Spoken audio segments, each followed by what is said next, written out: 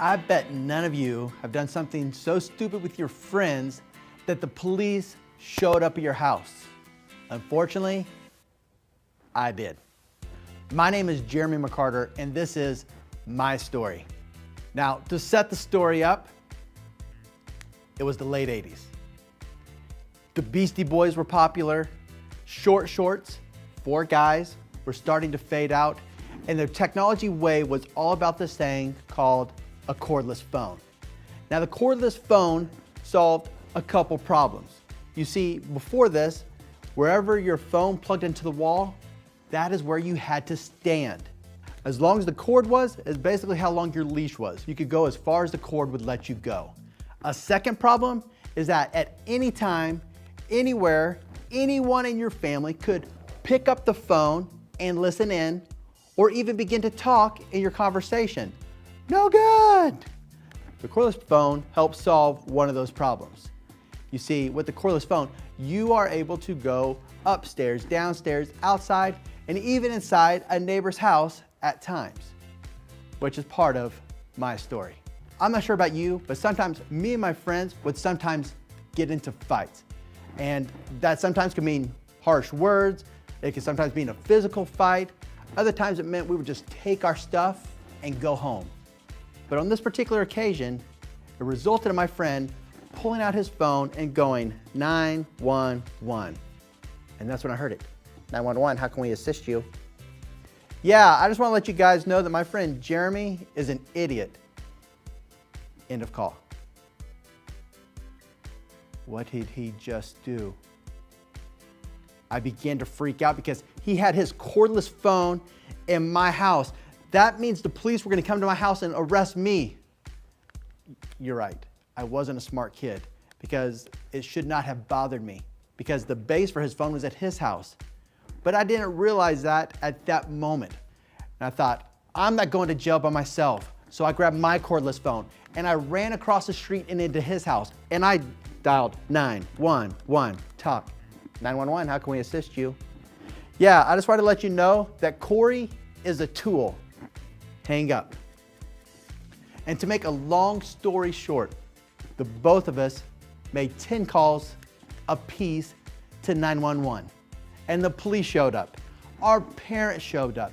And it seemed like every single neighbor from our neighborhood showed up.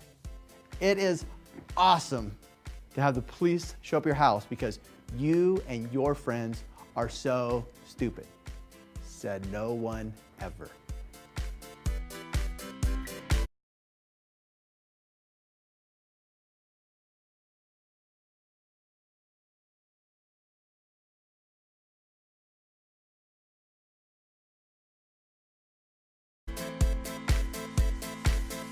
If you have been here the last couple weeks, you know we are in a series called Said No Friend Ever. And we're looking at things that our friends say, just not with words. And it's a good thing because if they did, there's a good chance that we would not be their friend. For example, I just want to date your girlfriend. Said no friend ever. I will be your best friend today, but I'm gonna ignore you tomorrow. Said no friend ever. I just want to let you know that I told my parents that you bought the stuff so I wouldn't get in trouble. Said no friend ever. Or I like to wear spandex because it makes me feel like a superhero when I'm around you. Said no friend ever. Or my favorite is probably this.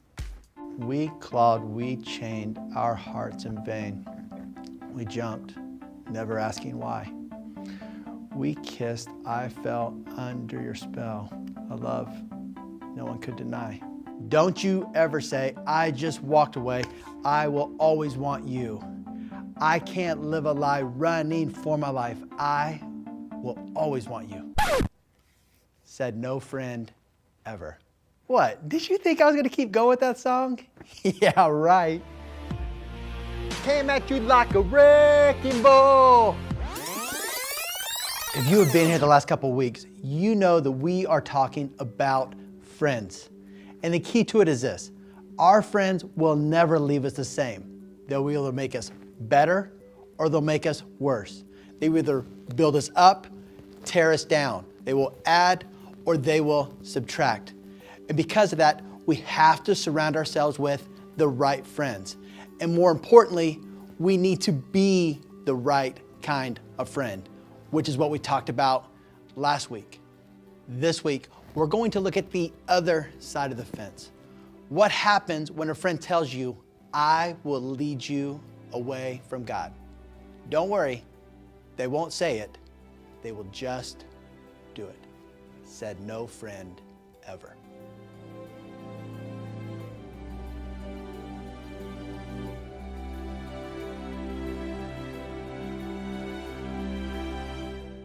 What we believe is what we see.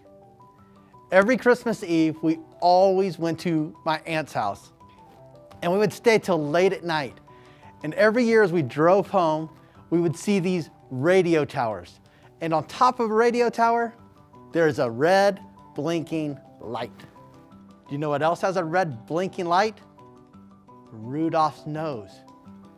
So every Christmas we'd yell, Santa! To which my little brother would start screaming like a girl. He'd start jumping all over the car. Occasionally he'd wet his pants, and he believed that it was Santa.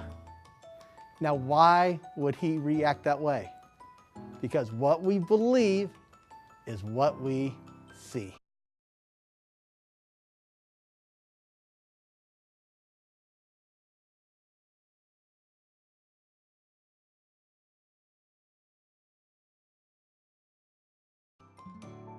Here's the deal. If we believe that our friends are good friends, we're going to see good things. And that's why sometimes a parent, a teacher, a coach will say things like, why do you hang out with that friend or that group of friends? And we get mad because we think they don't see what I see. But maybe you don't see what they see. I bet some of you haven't even seen this in your friends. You know, that girl thinks that she's met Mr. Right, and she talks about how great he is. But when you look at the guy, you're thinking, he's a clown. And when you tell her that, she doesn't believe you, and she's like, but he treats me good. And you're thinking, when you're not around, he treats every girl good. Or with your buddy, he's like, dude, this girl is so hot. And you're like, yeah, but she can't even spell the word hot. But he doesn't listen to your advice. He's just completely chasing after this girl. And you don't get it. Why is that? Why don't they listen to us? Because what they believe is what they see. The question is, with our friends is, are we seeing it correctly? Because here's what I know. It is impossible to live the right life with the wrong friends. So what does the wrong friend look like? We want you to tell us, because you know when something looks wrong, tastes wrong, smells wrong. So take 60 seconds to write down what the wrong friend looks like. Go.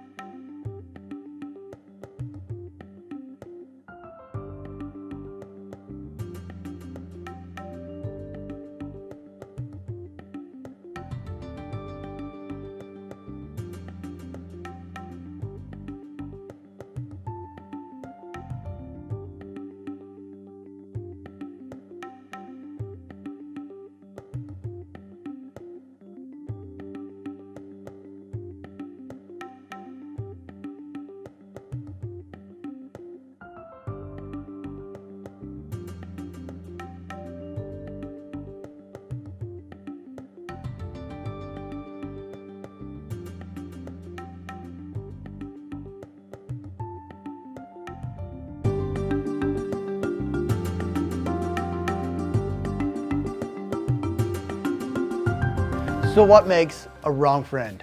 I've asked my good friend, Vince Parker, to tell me what he believes makes a person the wrong kind of friend. Vince. Well, I believe there's several things that can make somebody a wrong friend, but I'll just list a few of them. First of all, someone will stab you in the back. That's never a good thing. Someone kind of goes behind you, talks about you, makes fun of you. Second thing is someone, when you're down and out, you really need someone in life, you give them a call, maybe you text them, and they're not there for you. They just go out and they go to the mall, they go do whatever they want to do, and they're just kind of selfish. So those are a couple of things that make a bad friend. Thank you, Vince, for telling us what it means to be a wrong friend.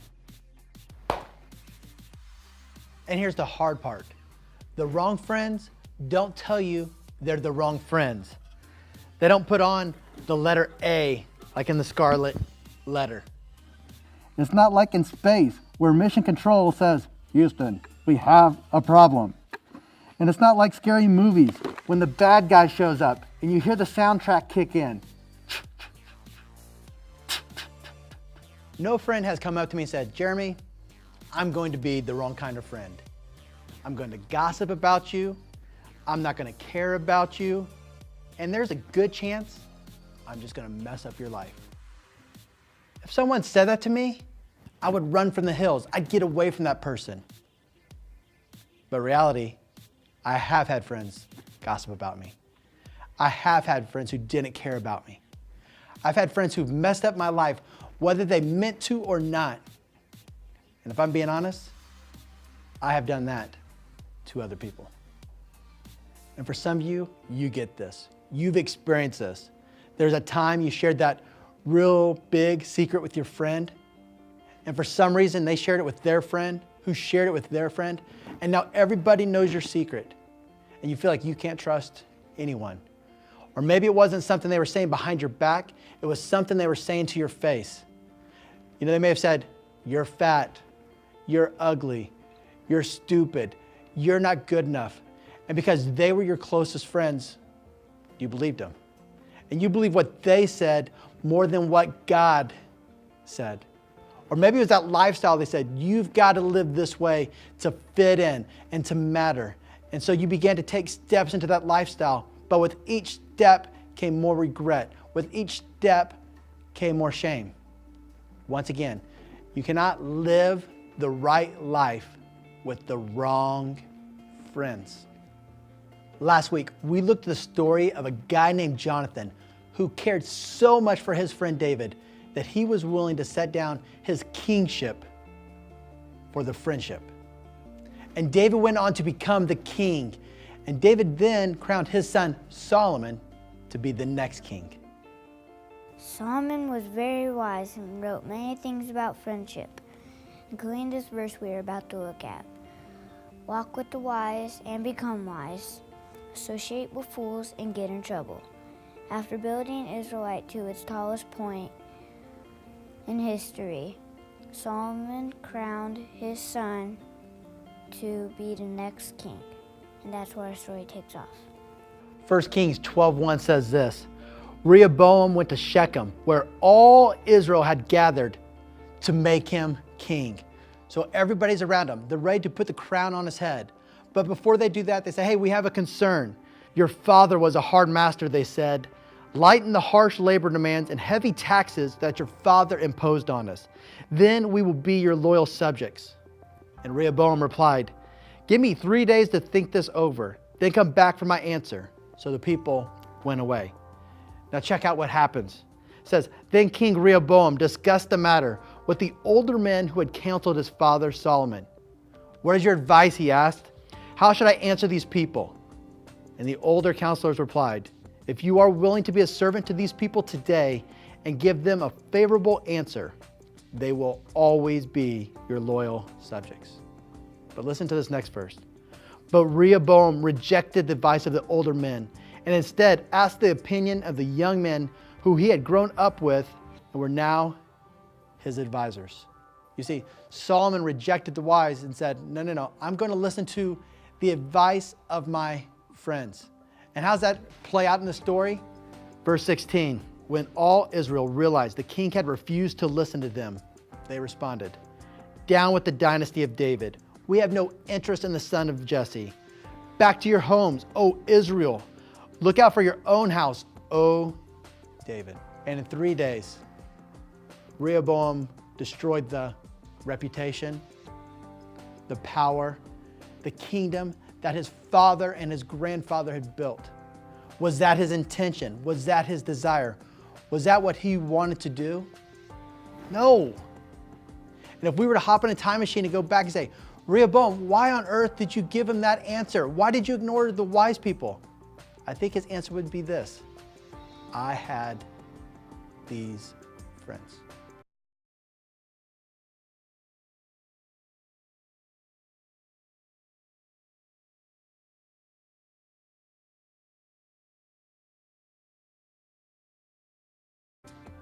It's impossible to live the right life with the wrong friends.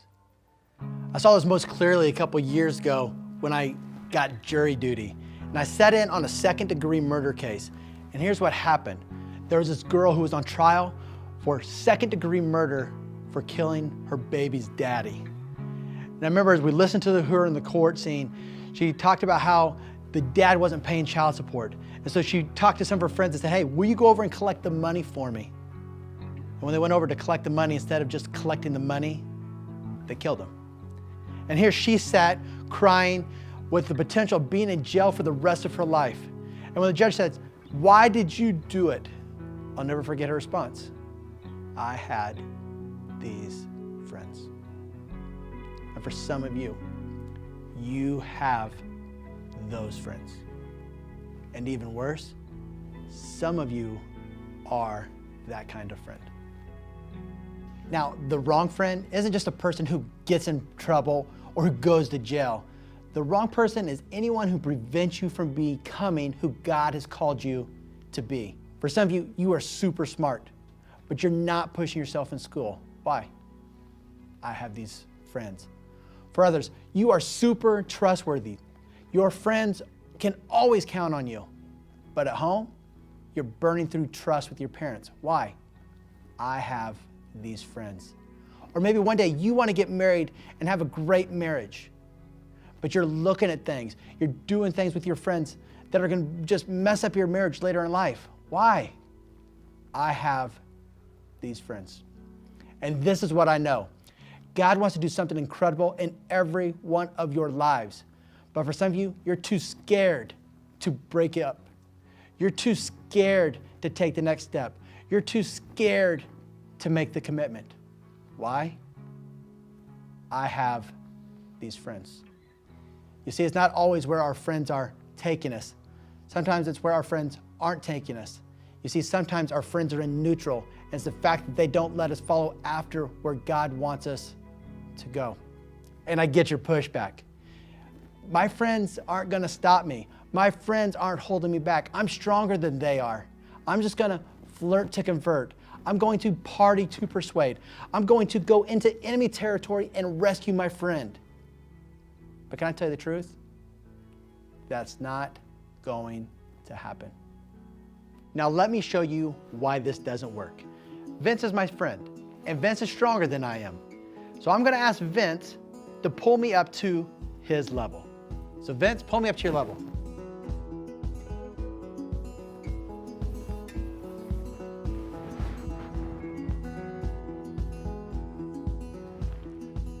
So Vince was able to do it. Vince is super strong. But let me show you the other side. Even though Vince is a lot stronger than me, if Vince were to take my hand, I can pull Vince down with just one hand and very little strength. Why? It is easier to pull someone down than to lift someone up. And in our friendships, that is very, very true. It's easier for your friends to pull you down than for you to pull them up.